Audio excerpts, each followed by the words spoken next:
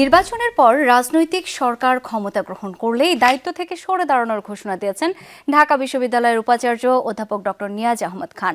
বিকেলে ঢাবিতে অনুষ্ঠিত এক সংবাদ সম্মেলনে তিনি এই ঘোষণা দেন। পদত্যাগের বিষয়ে তিনি বলেন, নির্বাচনের পর রাষ্ট্রপতির নিকট পদত্যাগপত্র জমা দেবেন, তবে উপাচার্য পদে যাতে শূন্যতা সৃষ্টি না হয় সেটি মাথায় রেখে সরকার চাইলে কিছুদিন দায়িত্ব পালনের সম্মতি আছে বলে জানিয়েছেন তিনি।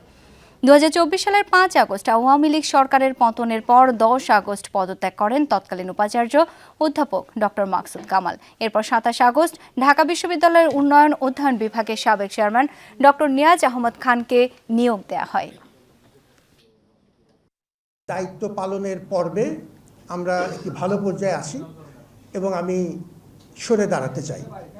আমাকে যদি সরকার মনে করেন, অংশীজনরা যদি মনে করেন যে আরও কিছু সময় এই ধারাবাহিকতার প্রশ্নে হঠাৎ শূন্যতা যেন না হয়, সেই প্রশ্নে যদি তারা কিছু সময় নিতে চান, আমি সেটি বিবেচনা করতে রাজি আছি।